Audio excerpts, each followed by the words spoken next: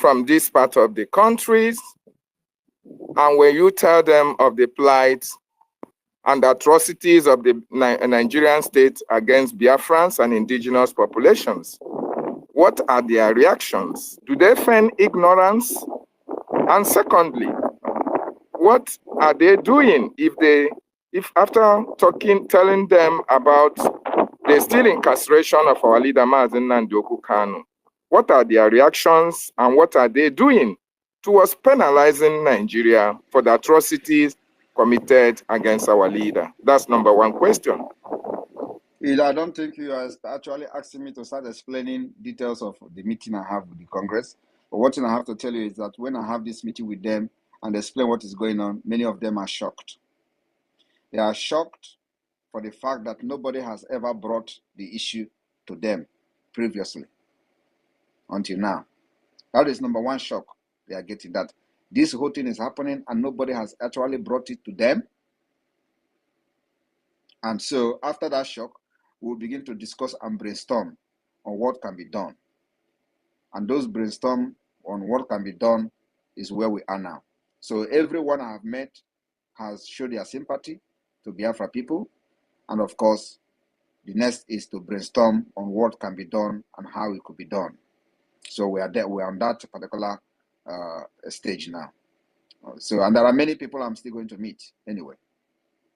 Many of the Congress and other, policymakers and all that I'm still going to meet. So there are many of them. And this is not something of 1 month, 2 months, 3 months, or even 1 year. This is something that's going to be a very long-term work, So, and that, of course, involves some kind of hearing. They're going to organize a hearing at the end of the day where this issue will be raised, and maybe, somebody from the government of Biafra will go there to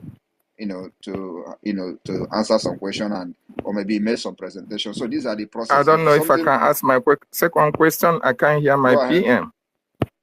You can't hear PM? That means you need to go out and come back again because your net system might be having problem. PM is responding to your question already. Okay?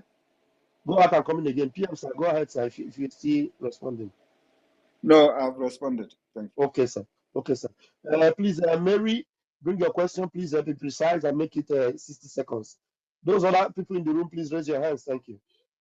Thank you. Thank you very much, Pastor Vam.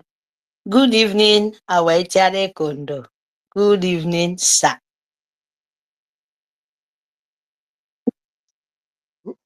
Who is that? Please, hold on. Who is that? David, please hold on. You're going to come back. Somebody else pick the microphone. Let her finish, then you come back, please. Just hold on. Mary, please go ahead. Thank you very, very much. Thank you. Itiare Konde Komdo Information Minister. Everyone, all Biafran, so you come. Good evening, everyone. Sir, please, I have one question for you. Like our forests, our bushes, because we are declaring our freedom. Our freedom is not for only humanity, it's all for the nature. What I mean is like in our tree, our animals, the Nigerian government, the way they make things difficult, they don't scare even human being, talk less of our animal. And we are losing a lot in our nature.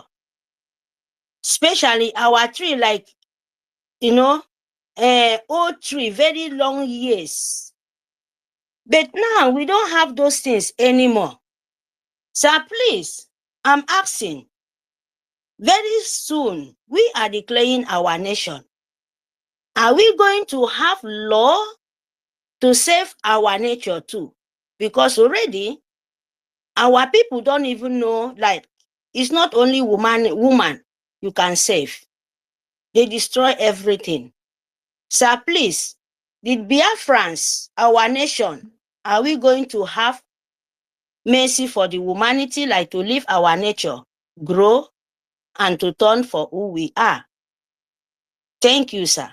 That is my question. Can you hear me? Yeah, PM, did you get her question? If not that this question is coming from you, I would just say no, because I see it as, because you have asked this question before and I have addressed this question. And how can you be expecting that we don't have love for animals? No, So, I but did that not is the ask. So listing. this is the first time, sir. Okay, but I have addressed this same question several times. So Okay. yes, we're going to have that. Okay, thank you, sir. Thank you very much. Thank you. Thank you. Thank you, Mary. Thank you so much for coming up with that. David, please, if you can hear the PM, can you hear the PM now, David? Yes, I can. Okay, go ahead and bring that other question. Okay, my number 2 question, my PM. We have the 40 United States of Biafra. I want to know, you see, it is really, really very difficult for Biafrans to come to the acceptance of a one particular place as the capital of Biafra land.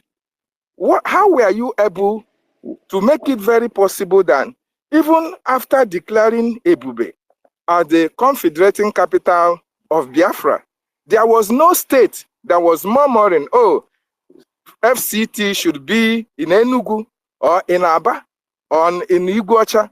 But once that was declared by you, there was no murmuring or wrongling among our people. What was can I say, how did you do that everybody accepted that without any wrangling, sir? I did not declare Ebube the capital. The structure of the capital and the structure of the state has been there. All we did was to activate it. Thank you. Okay. My third question, my PM, you see. Master David, hold on, please. The question you asked and the way you put it contradicted the points you made at the end of the day. You said Biafrans are hard to convince to come to terms of agreeing to one thing. Then at the end of the day, you said when we declared Ebube as the capital, they did not come back fighting again. You've contradicted everything you're saying. Biafrans are not fighting themselves because of one thing or another, and they don't fight or have it hard to agree on being one. It has been the enemies that have been sowing the seed of discord amongst Biafrans. When we were fighting in the 66 to 70s, you saw the unity of Biafrans. With just a nip, you saw how the elders of Biafra gathered around Ojukwu. They gave him all the support, and then we were able to surmount one Nigeria. And today, the Biafran government in exile encompasses of all the representatives of the 40 states of Biafra and above, of which you'll be seeing more of the Biafran state that will be coming to pay allegiance and to be one of the Biafran nations. So Biafran people are united and they don't have this share of dissociation or hating themselves or fighting for one thing or had to agree to come together. It has been the way one Nigeria has wanted that narrative to be going. So going forward, every Biafran should desist from accepting that to be who you are. Thank you. Thank you so much, my Minister of Telecommunication, for that correction. Thank you so much. My PM, my third question goes like this. 2 months ago, you made a very big discovery and important in the life of every Biafran. In Nigeria, we have professors. We have those who call themselves learned colleagues. But you are the only person that came out to be able to tell us and prove to us that while we were studying geography in schools in Nigeria, we have north, east, west, and south.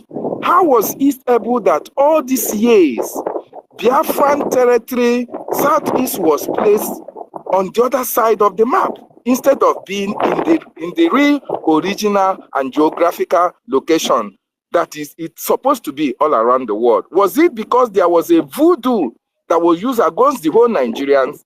Or what was responsible for you discovering this? Even when you went to school while still in Nigeria, nobody was able to pinpoint that error from the government. I think the question you should have been asking is that after I have raised that issue, do you hear anybody discussing it still? And I don't know how we were able to pass the geography. We went to write exam of the geography in the school, and then they say North Pole, South Pole, and at the end of the day, you pass the exam. That's actually what I still don't understand. But if you look at the map, you know that that is, and on top of that, they created something called South-South. Yet, people accepted it. Yet, those who call themselves professors, including those who parade themselves at the learned one, like you hear them carrying fire, Patutomi, all of them, they accepted it. All these people accepted South-South. They could not even find something, other name to give it, but they say South-South. They would have said maybe Southeast 2, or Southeast 2nd, Southeast 1st, Southeast 2nd, and even the Southeast is wrong. But as I'm talking to you today, nobody have discussed it in any national television or anything, but they know that it is wrong. So it is the reason why the people are not discussing it is because, one, Nigeria was designed for people not to pay attention to something that is realistic. So everybody is struggling on how to survive, how to make money, how to be better than your neighbor, how to be somebody that will be driving car in your community. And once that happens, you will do everything to protect it. So what you are going to be struggling is not for the betterment of other people who are yet to buy a car, but you'll be struggling to maintain the status quo, how you are able to acquire the money or make the money to buy that car. So if you are a professor in university, you don't go further into trying to educate people. All you will be doing is to protect your professorship in the university. So anything is going to cost you to make sure you maintain that status quo where you can still get money to brag as a professor, where no other professor will come to that school and do that. Do you know that this map is wrong? And and then you are proof that it is wrong. And you are proof that that person actually discovered that this map is wrong. So you are going to give that credit to the person for discovering that the map is wrong. So nobody focuses on anything that is going to be innovative in Nigeria. That's why they have this eradication of innovative and embracing the Sunai, which is anything innovative, remove it. So the Nigeria system is a system that has affected everybody. So once you are in Nigeria, you don't think differently. Once you are in Nigeria, the critical reasoning is gone. So everything you are thinking is not about the development. It's not about innovative. That's why they are not manufacturing even toothpick. Because everybody is trying and struggling to maintain the status they are, that is giving them 3 square a day. So that no innovation. There is no nothing. Nobody will think deep into what is going on wrong. Why is this thing like this? Why is this thing like that? No. All you are going to be thinking is, I am a professor. This office belongs to me. I have struggled all my life to be in this office, and now I am here.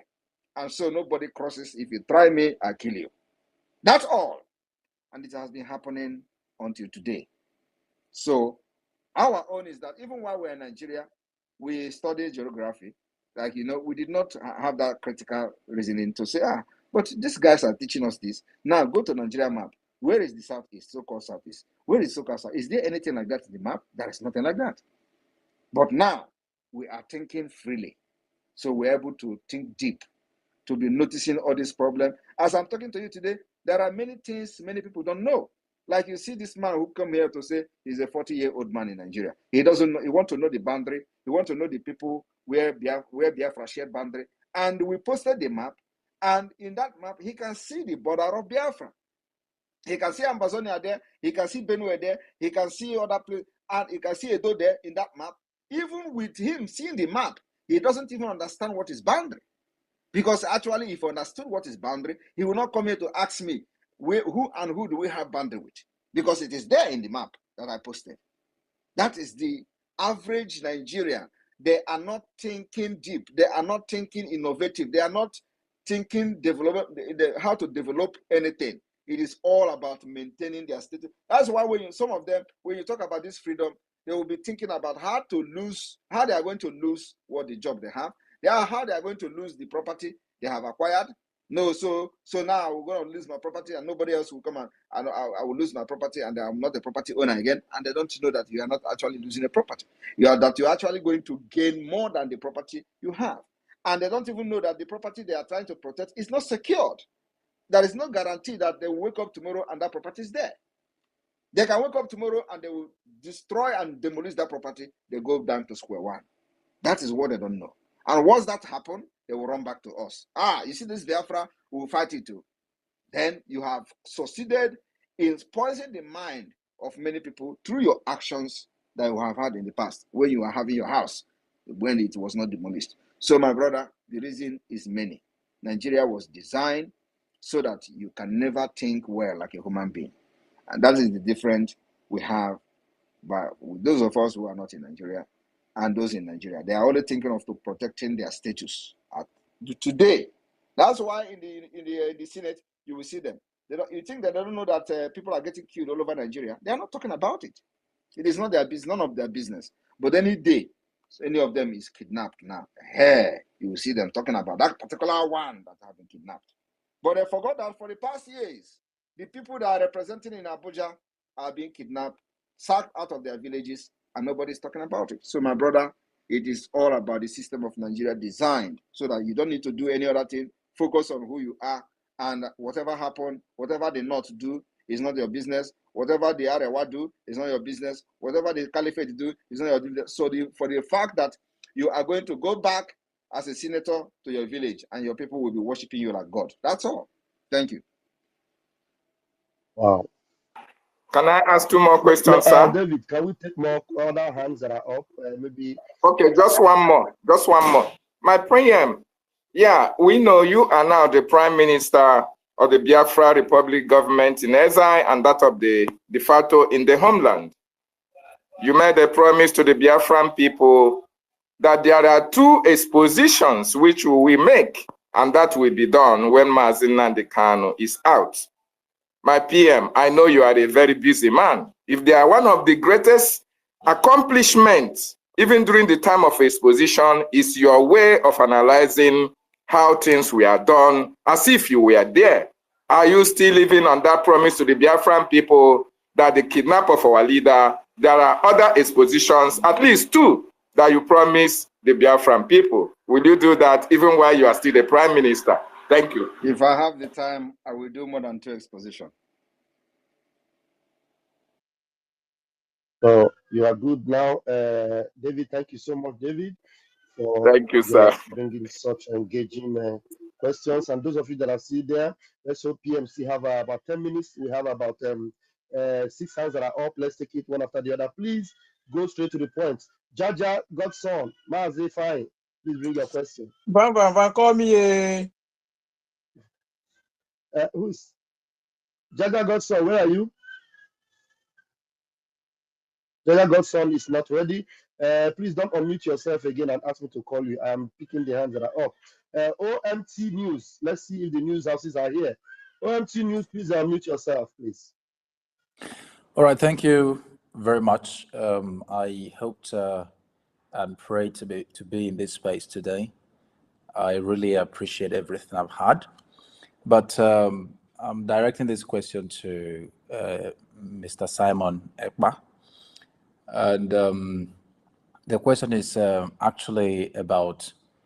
See, I'm not trying to, sound pessimistic. I, for one, believe in what you're doing somehow, and also believe in Nigeria. I still believe that Nigeria can be better. I still believe that the energy you are using to do this can be channeled as well to make Nigeria a better place. Of course, you were one of those people who were championing it before. And also to look at the area of regionalization. Like, for example, tomorrow you said that would start doing, enforcing a whole lot of things tomorrow, and I'm looking at the feasibility of that happening. I'm not trying to doubt your ability to do that or the ability of your forces to do that, but I'm looking at the feasibility of it happening in a country like Nigeria. Obviously, your video, one of your videos about Finland and how they got independence actually stoked my curiosity. And I went online because, of course, I'm a researcher, and I was going through a lot of things, reading about Finland and whatever. And what came to my mind, obviously, is that the peculiarities of Finland is actually different from Nigeria. I'm not saying that history cannot repeat itself, or things cannot be applied and something different can happen. But the truth is, how do you, Mr. Simon Ekpa, how... Mazi Nnamdi Kanu's lawyers chat course as court trials lingers. Welcome back to this wonderful channel where I'll bring you back-to-back updates and information. In case it's your first time of joining us on this wonderful channel, you kindly go ahead and subscribe, like, comment, share, and also remember to on your notification button so that whenever our news drop, it will be the first. We will collect them. Let's go down to the information of the day. As the trial of Nnamdi Kanu, leader of the indigenous people of Biafra, IPOB, continues to linger, judges' withdrawal from his case is raising concerns. The Nigerian government has been prosecuting Kanu since 2015. He is standing trial for several charges ranging from treasonable felony to terrorism. In 2017, Justice Binta Nyako of an Abuja Federal High Court granted him bail in the sum of 100 million, but the IPOB leader absconded from Nigeria after the military alleged invaded his residence in Afaruku, Abia State. Kanu was, however, rearrested in July 2021 in Kenya and subjected to extraordinary rendition back to Nigeria, where he was rearranged on charges bordering on terrorism. In October 2022, the Court of Appeal in Abuja discharged and acquitted Kanu of all the 15-count charges, describing them as illegal and unlawful. The court held that the federal government breached all local and international laws by subjecting the Biafra agitator to extraordinary rendition from Kenya to Nigeria, a situation that makes the terrorism charges against him incompetent and unlawful. However, the Supreme Court ruled that Kanu should return to Nigeria court and face trial afresh. A report has it that a total of 3 judges have stepped down from handling Kanu's trial since its inception in 2015. In December 2015, Justice Ahmed Mohamed stepped down from Kanu's trial after the IPOB leader said he had no confidence in him. In September 2016, Justice John Tosho of the Federal High Court in Abuja pulled out of Kanu's case in a petition his then lawyer Ifeanyi Ejiofor sent to the National Judiciary Council (NJC). Kanu accused Justice Tosho of judicial rascality and called for the council to investigate the judge for giving parallel judgment on the same issue. Following the petition, Justice Tosho, who stepped down from the case, said, "Even if I am cleared of any bias by the NJC, I will not continue with this case." In September 2024, Justice Binta Nyako of Abuja Federal High Court also rescued herself from Kanu's case following his declaration of lack of confidence in her. Despite argument from the federal government's lawyer, Adegboyeye Awolowo, Justice Nyako has said, "I hereby rescue myself and remit the case file back to Chief Judge." But Kanu's lead counsel, Aloy Ejimako, said the decision of judges to rescue themselves from Kanu's trial was evidence that judiciary was having a hard time. Speaking with Daily Post, Ejimako said 3 judges have been withdrawing from Kanu's trial since its inception in 2015. This is affirmative evidence that judiciary is having a hard time or a conflict with coming to a verdict that Kanu committed any real offense. Another incident that demonstrates the conflict within the judiciary is the acquittal by the Court of Appeal that was reversed by the Supreme Court on reasons that do not comport with the good law. Yet, another point of judicial conflict in the case is the inexplicable refusal of Justice Binta Nyako of the Federal High Court to abide by the finding of the Supreme Court that Kanu did not jump bail. These anomalies have posed complexities that are not supposed to be allowed in a society governed by rule of law and fundamental fairness. Ejimako said the IPOB leader must be treated in accordance with the Constitution. He added that if the Supreme Court restored Kano's bail, judges would need to step down. To break what you called a jinx of judges rescuing themselves, all that is required is for Kano to be treated in accordance with the law and the Constitution. For instance, he is not supposed to be detained at the DSS where his preparation for trial are hampered by the monitoring of his conversation with his lawyers and interdiction of his confidential legal documents. Sometimes, the DSS even block his lawyers from meeting with him. He is supposed to be detained in prison or a correctional facility that does not engage in such unconstitutional act. Another fair way is for his bail to be restored as the Supreme Court held. This is even better because a court of judge that refused to follow the Supreme Court and restore Kano's bail is unlikely to give him a fair trial. One might also add that it is up to the government of the day to discontinue a trial that has become albatross and a blight that make this administration look like the infamous one is succeeded, he added. On his part, activist lawyer Mado Abuchi Idam suggested that with a fair trial, judges would need to rescue themselves from Kano's trial. Idam told News the only thing here is a fair trial, where the trial is seen to be fair and not just fair, where the trial is just and speedy, where there are no needless delays on the part of the state. You can see that the state has made a series of applications for amendment of the charges. Those amendments led to the matter to be protracted. The delay was occasioned by Nnamdi Kanu or his team, but by the state. When you have that delay, many things would have lasted. The period the case lasted in Justice Nyako's court, it could have been concluded without needing to get to this point. The case has lasted in that court for many years, whereas the case could have been concluded within a few months. The state is not interested in giving Kanu a fair trial, but only interested in getting him thorough, horrendous experience. 2 or 3 months is enough to conclude the trial. The continued prosecution of Nnamdi Kanu, leader of the indigenous people of Biafra IPOB, has not solved any problem or security issues in Nigeria.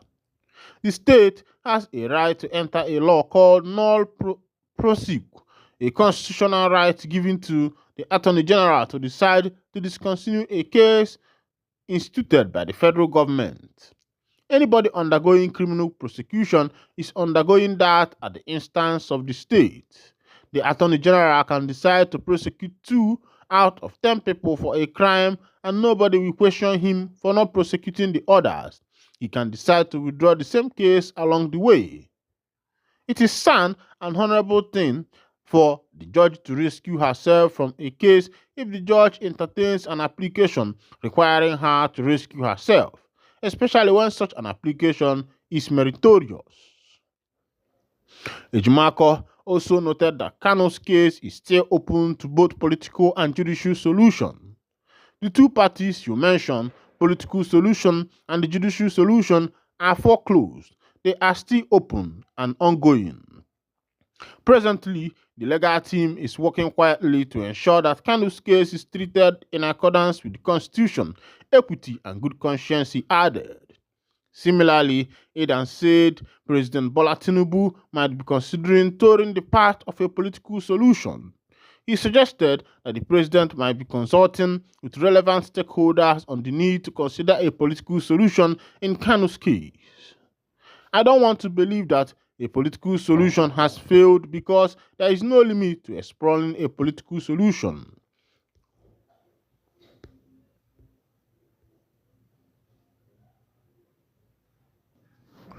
All right, my wonderful people, I don't see as that matter they go concerning Mazi Nnamdi Kanu Ohamadike, one of Ndigbo Odogwana Manzunanya.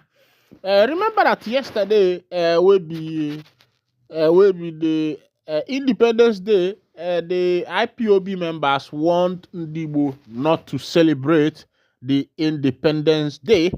Let's go down to the information. As the trial of Nnamdi Kanu, leader of the indigenous people of Biafra, IPOB, continues to linger, judges withdraw from his case is raising concern. The members of the IPOB has warned that the Biafrans should not celebrate the Independence Day. The indigenous people of Biafra has banned the celebration of Nigeria's 64th Independence Day in the Southeast region. In a statement on Monday, the separatist group declared that anyone found participating in any activity making this year's Independence Day will be considered an enemy of the land. It said Igbo should go about their normal businesses or remain in their houses if they choose to, but must refrain from any form of activities to mark Nigeria's independence. The group insisted that though Igbo were part of the struggle for Nigeria's independence, the union had proven injurious to them. The Directorate of State of the Global Family of the Movement of the Indigenous People of Biafra wishes to remind Biafrans at home and in the diaspora that the ban on the celebration of the Nigeria's annual October 1st Independence Day by Biafrans is still in force. As a Biafran, you are to avoid any Nigeria Independence Day celebration globally. Everybody the verse because if the government is actually working and if the government is working to better the life of the people, recently the government just borrowed $1.5 billion and also $70 billion grant was given to the government of Nigeria. And I'm wondering who is going to pay all this money. Maybe by the time all of us pass away, our great grandchildren will still be paying the debt that the past and the present government are owing World Bank and other institutions that borrow money to the nations because the government has failed. When a government fails to be productive, rather being productive, when a government choose lavishing rather than being productive, that is always the outcome of things like that. You can see that Nigeria is becoming poorer by the day and inflation is getting higher by the day. That is to show a failed government. The prices of things are skyrocketing. The prices of fuel, prices of food commodities, prices of clothes, and everything you can think about, they are all increasing in rate. And this is not what you can just sit down and watch.